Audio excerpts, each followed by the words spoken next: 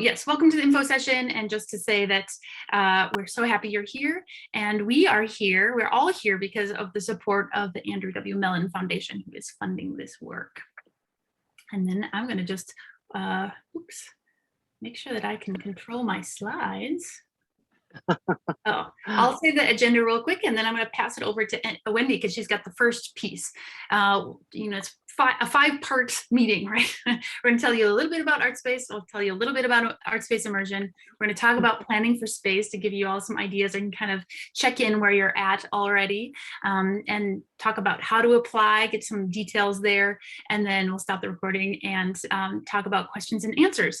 And for anybody who's tuning in online after the fact, we'll post those questions and answers also. So don't worry, you won't miss out on that. But I'm going to then pass it to Wendy. Okay, so a little bit about Artspace. We're a nonprofit. We're based in the Twin Cities of Minneapolis and St. Paul. We work all over the country, and we have a nonprofit mission to create, foster, and preserve affordable space for artists and arts organizations. Really creative businesses and artist entrepreneurs is another way of looking at it. So we were founded by the city of Minneapolis in 1979 to actually set up a nonprofit that could help artists have permanently affordable space so that they would prevent that cycle of displacement. Sorry, Anna, the slides is like a delayed thing. It's delayed, I'm sorry. So our team works with a lot of nonprofit arts organizations and creative businesses across the country to help them with their own plans for space. We're doing that right now with two different nonprofit organizations in Chicago outside of the immersion program. Our relationship with them existed before Mellon's provided the support for this program, and that's Black Ensemble Theater and Deeply Rooted. So we've been deeply rooted in Chicago for a long time, both for the projects that we do, but also for the individual consulting work that we have done with nonprofit arts organizations. So we combine those real estate skills from working on projects ourselves, and we combine that with an understanding of the creative sector to help others create sustainably affordable space. And this is a map of our work across the country. The new dots we recently added are the 5 immersion cities that we've been in the past. So we started this journey in 2015 in Detroit, and most recently we were in Little Rock, and in between we were in Memphis and Detroit. And now we're in Chicago and then DC and New Orleans. So that's the full spectrum of the immersion program so far. The other dots are places we've consulted, and then the dark blue dots are where we have projects in operation. Back to Anna. Thank you. And I'll jump back to Wendy. So I'll tell you more about the immersion program. So this is as Wendy said, this is kind of built out of our consulting practice, but it is a new way of delivering those services that we've been doing for the past 5 years. And if I was to sum it up in one sentence, I would say it's a cohort program that helps organizations create their own affordable, sustainable, and accessible spaces. And that's what we're here to talk about. How we do it and where we do it will follow. So as Wendy mentioned, it started in Detroit for us.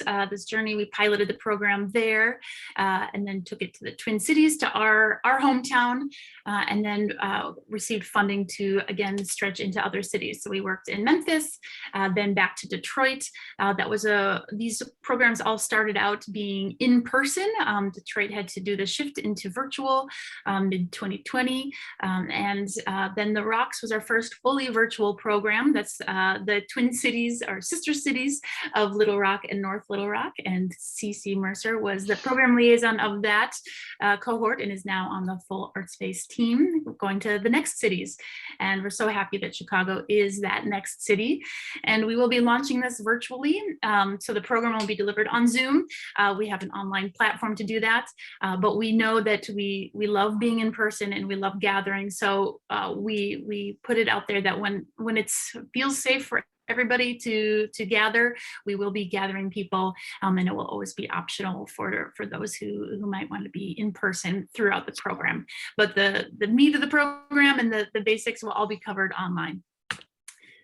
For our approach, how we do this work in a cohort setting, a couple of things, right? So we're real estate developers, but we're nonprofits and we're artists. So we see real estate as a lens for broader themes. So it's where we start. We talk about space, but it brings in so many other topics that we care so much about, and I'll talk a little bit more about those next. We also really believe in the wisdom of the group.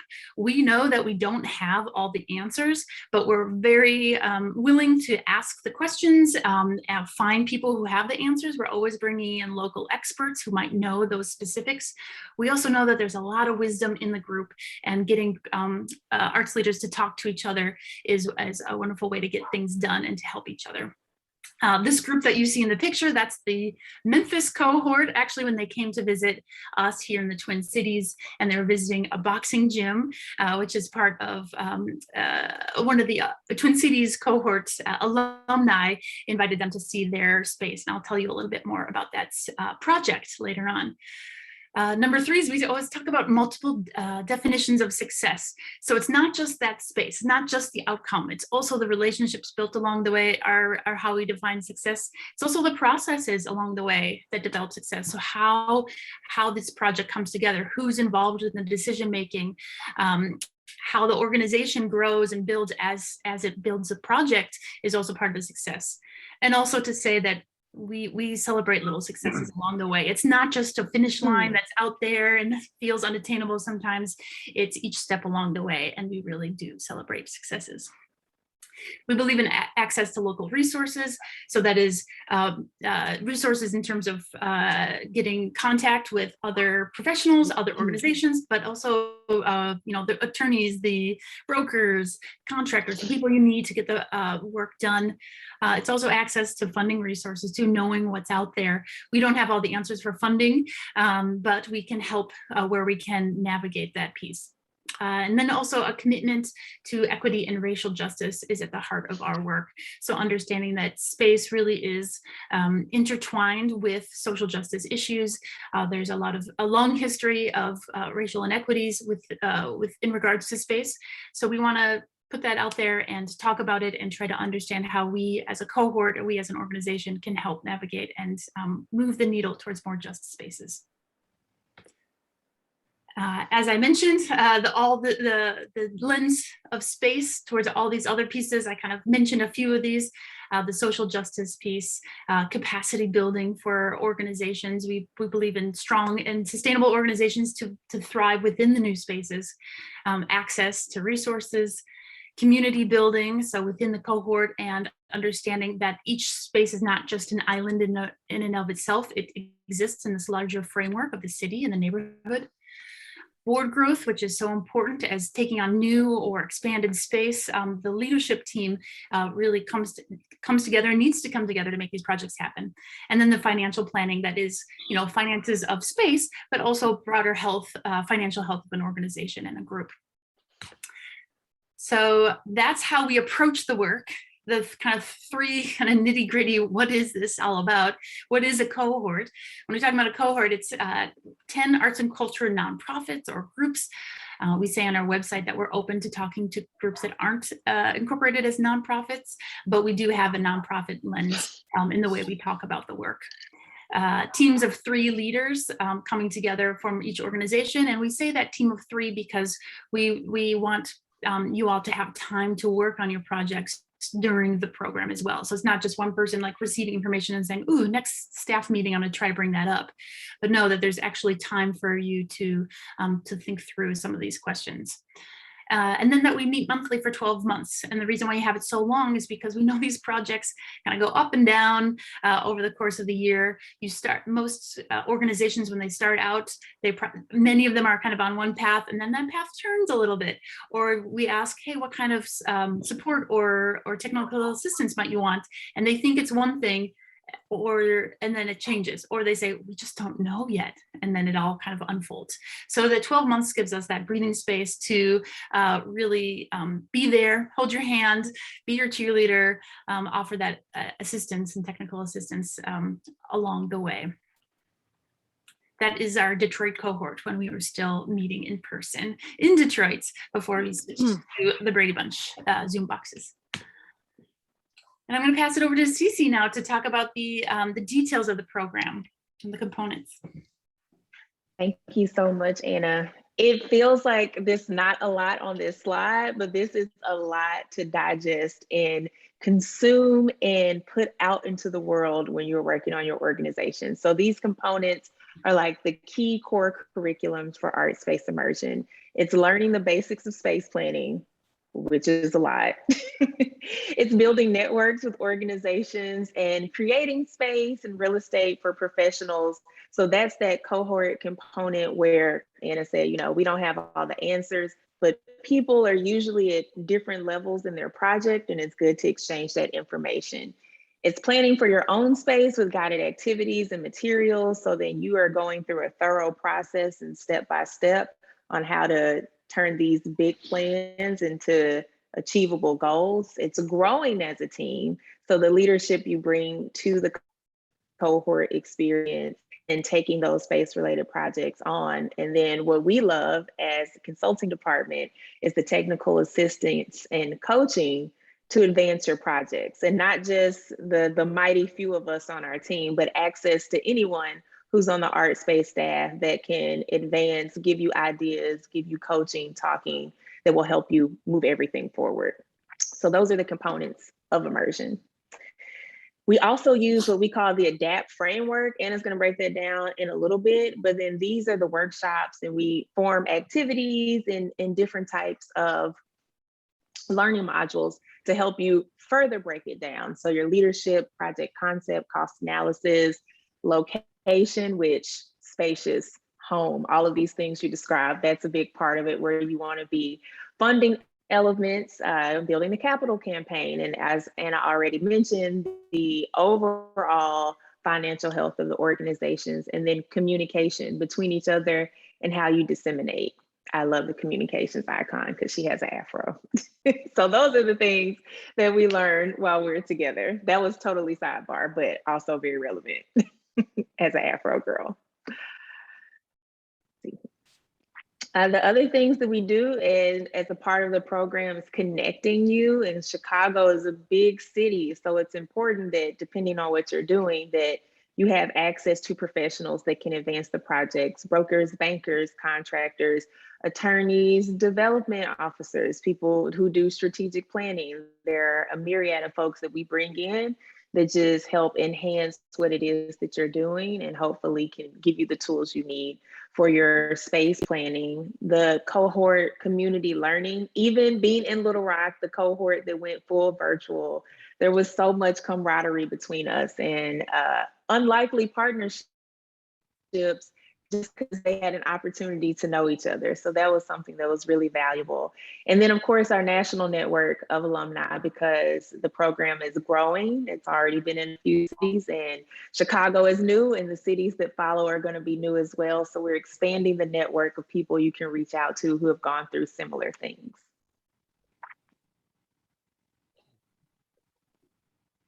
That's technical difficulty. I'll get it going. There you go. Yay. So here's an example. Let me tell y'all too, just on the slick, Anna is the most organized person. So these documents, tools, templates, worksheets, examples, she's going to give you everything that you need. And our virtual platform is pretty cool. It's not just on Zoom where we meet, but it's called HouseSpace. It's a really cool platform. Planning prompts, although it says also known as homework, it's really hard work. It's getting to the meat of what your organization wants to help them establish who they are and build the legacy. And the online platform, not just in the climate of COVID, but also convenience when you're trying to assemble so many people and coordinate schedules. It's just a unique way for us to gather in the virtual world, but also maintain our documents and have a record of things that we're doing. So it helps push those projects further even along. And I love this picture because it's us in Little Rock. It's our silly Zoom photo. But skills and resources that you'll bring back to your organization through what we learned through those learning modules and togetherness, and then the technical assistance, not only that community, but the professionals and experts at Artspace that can help you with some of those meaty, what seems impossible decisions to make them possible, and help you track your progress along those 12 months to see actually how you are advancing that space-related goal. And then the coaching, I love this part where we just get to talk to your organization. So if it's Uptown United, if it's the Agitator Co-op, like we're together one-on-one in a meeting and we're going through these goals, these steps, and aligning you with the process that's going to help you be more successful. There's a person on our team, she's not on the call today, but she is a numbers genius. So drafting budgets for your general operating, your capital campaigns, any data analysis, and also documents if there are things that you want us to review, take a once over, give you feedback. That's something that's included in that TA piece as well. And then just the opportunity to grow and be able to showcase what it is you're doing. Anna's going to talk a little bit more about some of the cities who participated in the program and then take us a little further into the ADAPT framework. Thanks, Cece. I sure will talk about some of the cities, and partly because one of the first questions that come up in the Q&A are always, oh, tell us about other organizations that have been through the program. So I've got three highlights. It's hard to choose, but three that have had some big milestones. So the first is in the Twin Cities. You can see this is Dalton Outlaw in doing a boxing demonstration during our big year-end event, and you saw us in his boxing gym earlier. He and his team entered the program as a partnership between boxing gym, which you don't think of necessarily when you think of arts, but they were partnering with the St. Paul Ballet.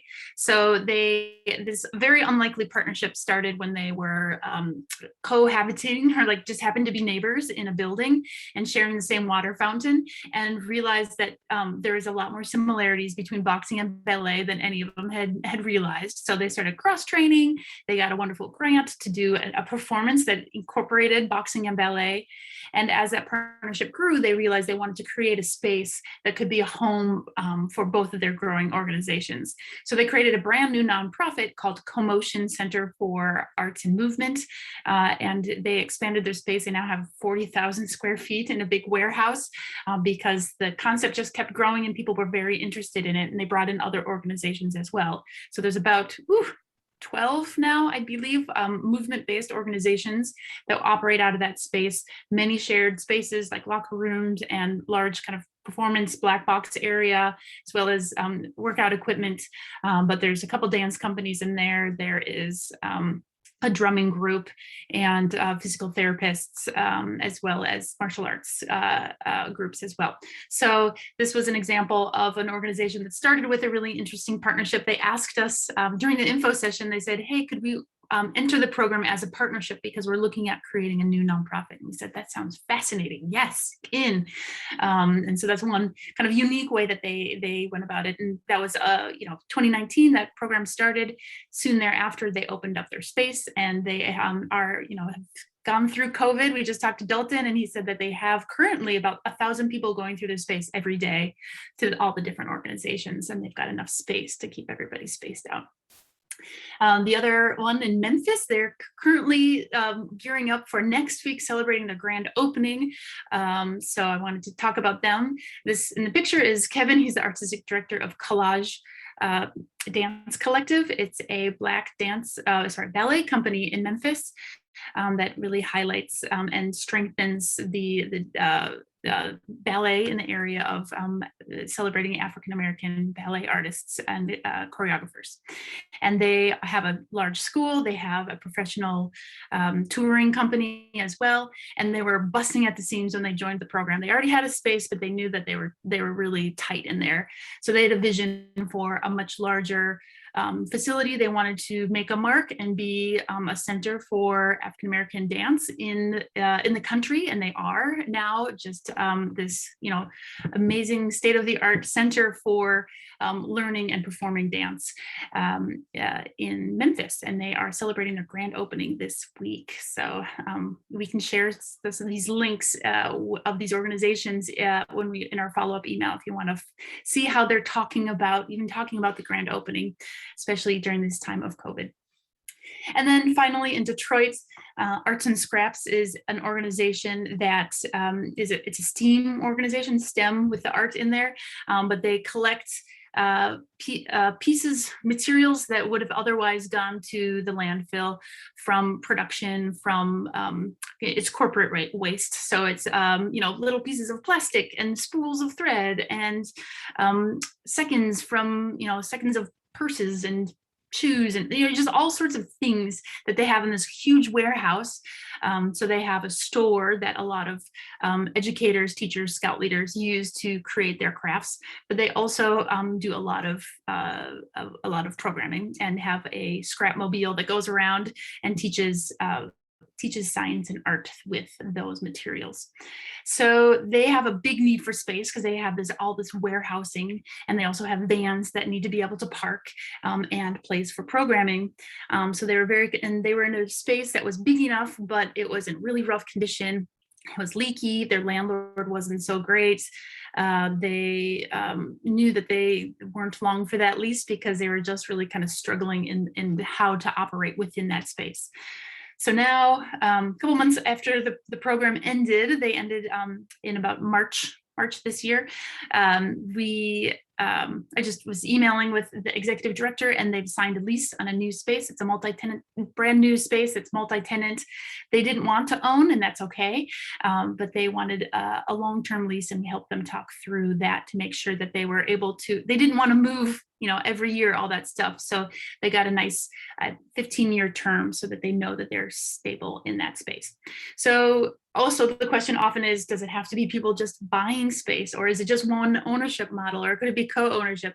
The answer is yes no, the answer is it doesn't need to be one thing. It can be all things. Part of the consulting is often parsing through, is it a priority for the organization to own, or is it more of a priority to rent and have some ability to change, especially if it's groups that are in period of growth or don't want to take on the risk associated with owning a full building. And then of course everything in between. All right, so that is a bit about about previous cohorts, and now we want to just talk about general planning for space, like how do we approach it, and how do we coach others when they're planning for space. So this is a tool we call Artspace Development and Planning Tool, ADAPT, and it's the same process that Artspace uses when we develop our own buildings that we've adapted for arts organizations who are planning for their own space. And it kind of breaks it down into bite-sized chunks. When you're thinking, I want to go from here to there, but I don't know how to get there, we're trying to make it more manageable. And we know that every project is different, but here's some sort of generalities that you can plan on and count on. So starting out with the 5 phases of development, and this is how we define them. The first is exploration, that is identifying the assets and the priorities. Often this is DIY stuff, right? It's like your organization doing the internal work. You're trying to figure out, do we need to move? When do we need to move? How do we move? What do we want to do? And it's all the work you do before you start really investing in it. You're not spending money. You're spending your own time doing as much as you can do to move the project forward. 2 is when the plan comes together, right? Strategy, you're solidifying that plan. Oftentimes it's when you might realize, oh, we need to expand our board and bring in this certain level of expertise. Oh, we need to maybe hire a consultant.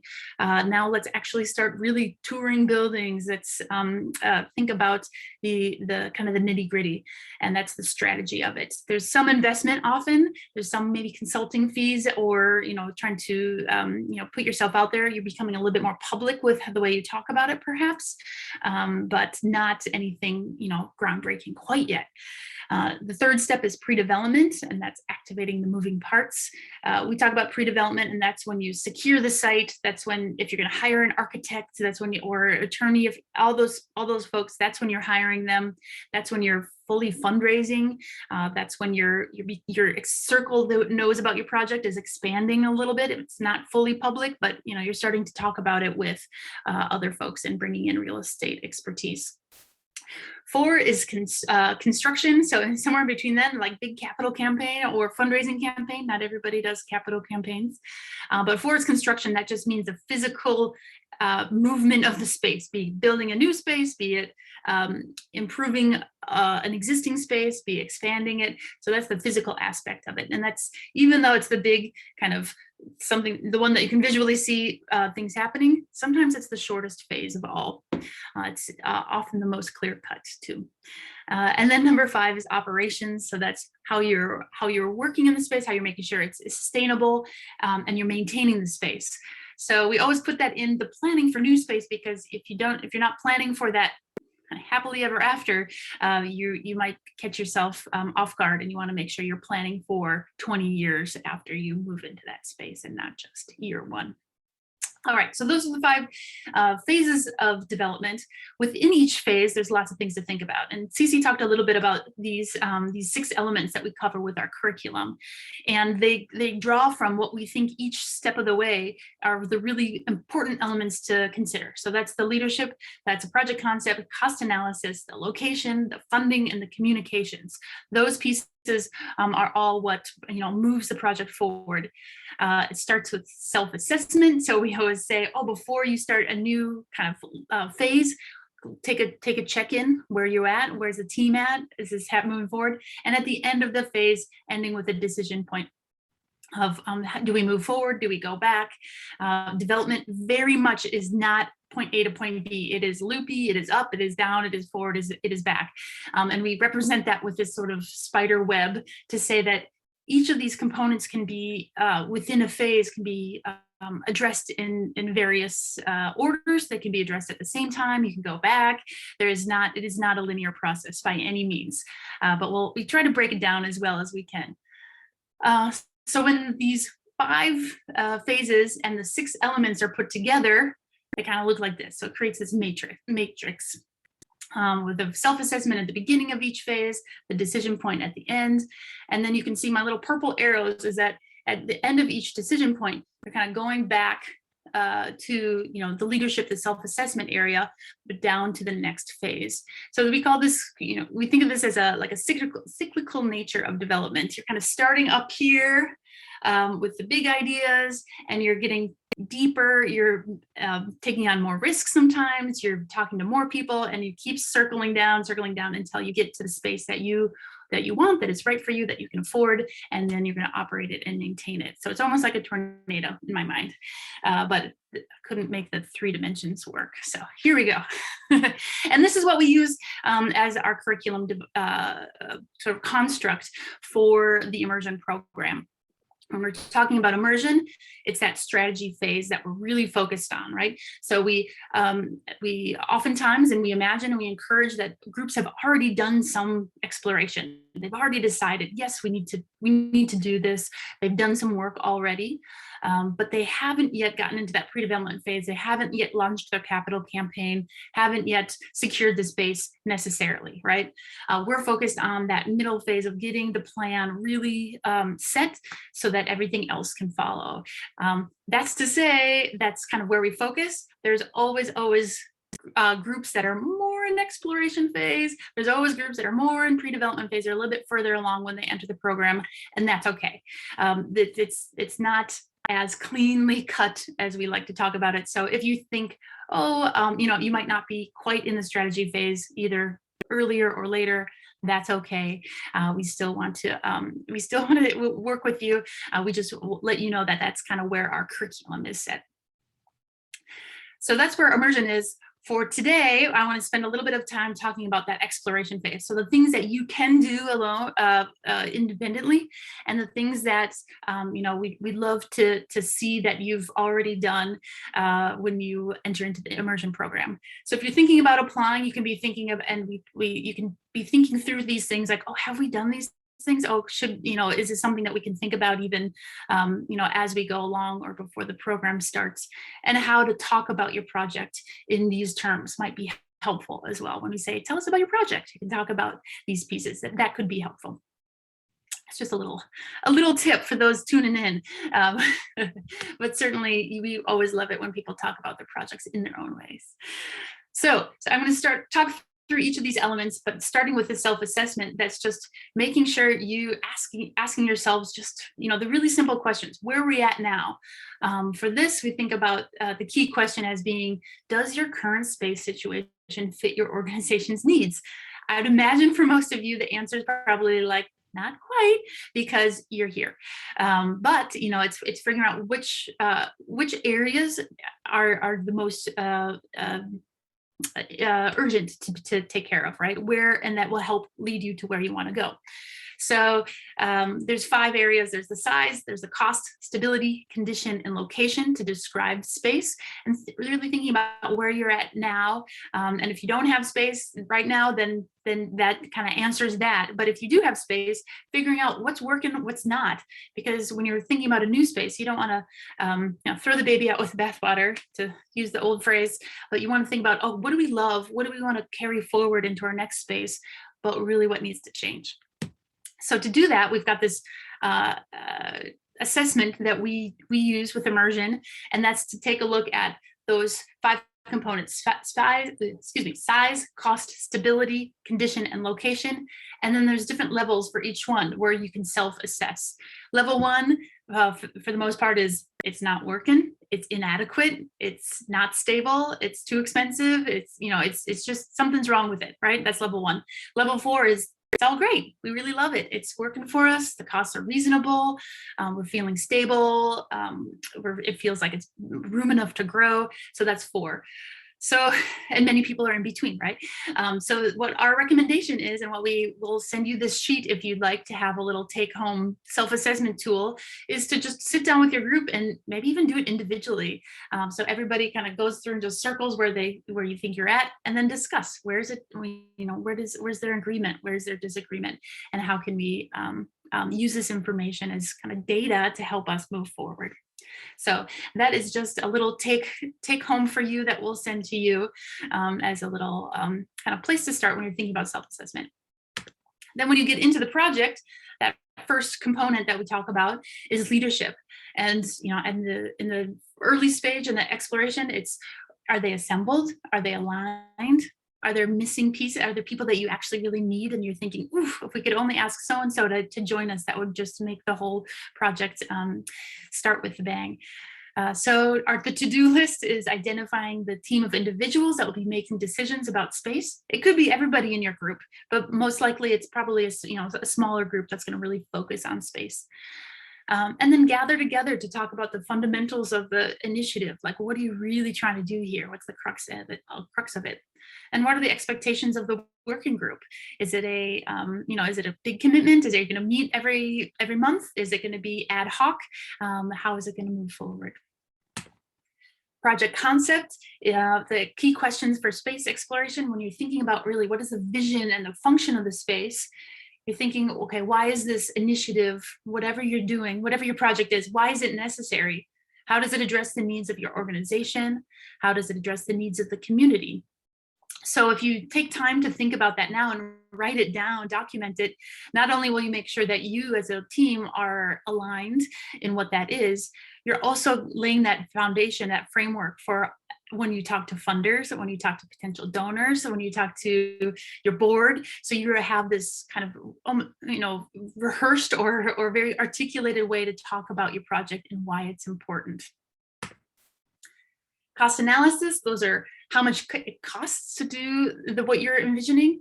And, most people just, the first thing that comes to mind is like, how much does it cost to buy a building? Or what is the monthly rent? And those are real costs for sure, but they're not the only costs.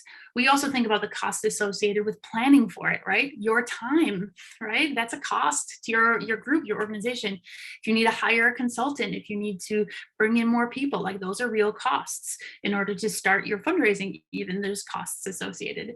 And then there's also costs associated with operating the space. So making sure that they're all in the realm of vision.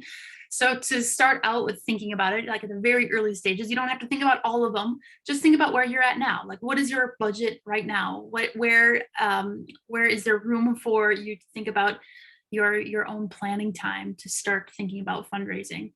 You could revisit or update any kind of business planning you've done, because as space comes into the picture or comes back into the picture, the business plan will likely change with that as well, and the finances too.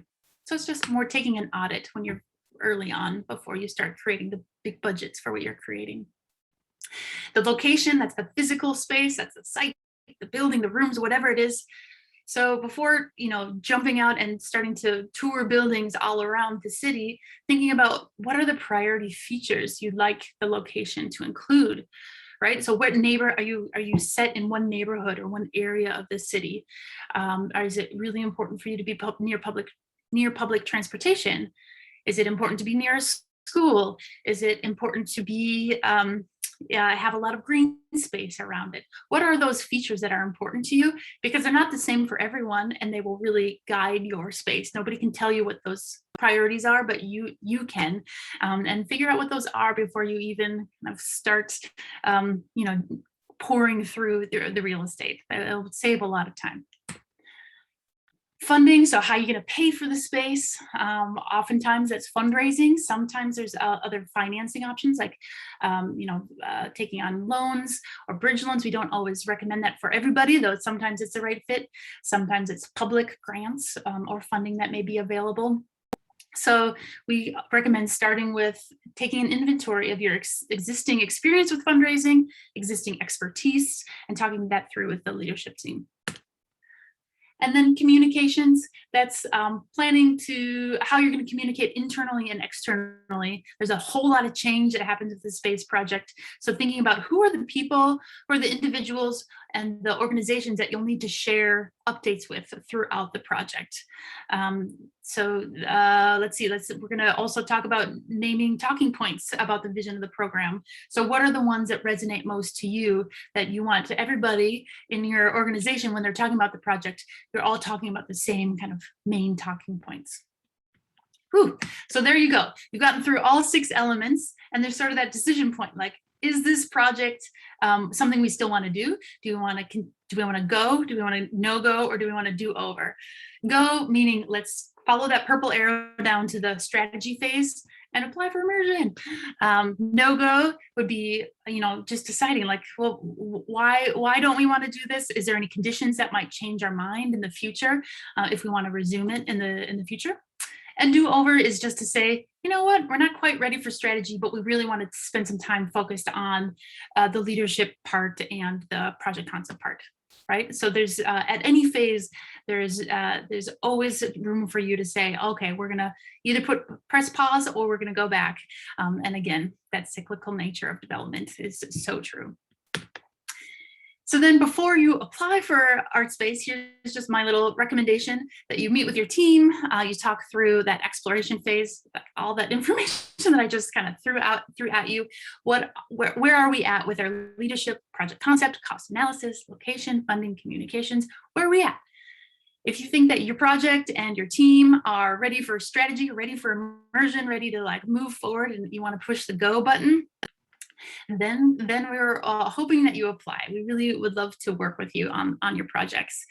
And just so you know how we delve deeper into each element in immersion is with leadership. We talk about formalizing partnerships. We talk about building the board.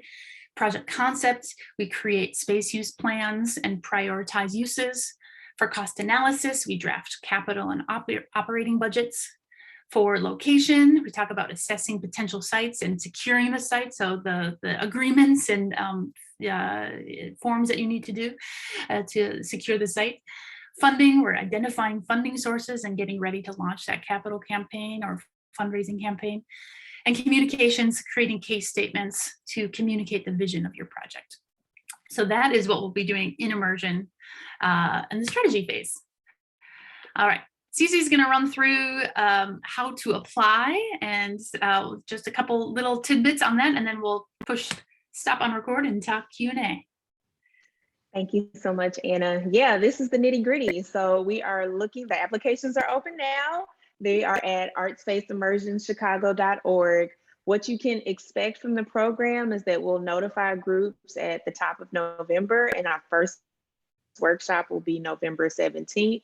They'll be monthly. In between those monthly workshops, you have us as a resource for one-on-one technical assistance. Of course, the cohort for networking, access to all of the documents outlined in those different sections that Anna talked about. And once completing the program, a $5,000 stipend will be given to your organization as a, hey, go forth in the world and make this project real. Hopefully it will help contribute to the things that you are trying to do.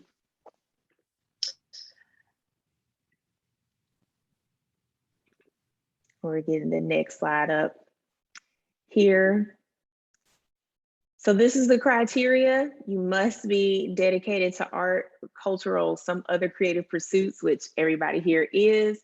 Nonprofits is the lens, but we are open to other models on a case-by-case basis. If you're a B Corp, if you don't have your 501c3 status and you're working on it, obviously we would love to talk to you and learn more about your organization.